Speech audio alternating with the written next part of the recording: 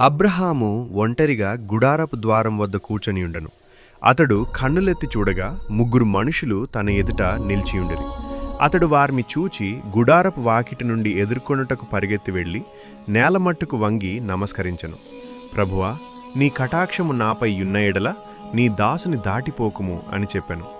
నేను కొంచెం నీళ్ళిచ్చెదను, మీరు మీ కాళ్ళను కడుక్కొని అలసట తీర్చుకొనుడి. ఆహారం ఇచ్చెదను, మీ ప్రాణములకు బలపర్చుకొనుడి. తరువాత మీరు వెళ్ళవచ్చునని చెప్పి అబ్రహాము త్వరగా గుడారములో ఉన్న శారా దగ్గరకు వెళ్ళి, త్వరగా కొంత పిండి తీసుకొని ఆహారము తయారు చేయము. వారు ఆహారము స్వీకరించిన తరువాత అబ్రహాముతో, నీ భార్య శారాకు కుమారుడు కలుగును అని చెప్పెను. శారా గుడారపు ద్వారము దగ్గర ఉండి అది వినియుండెను.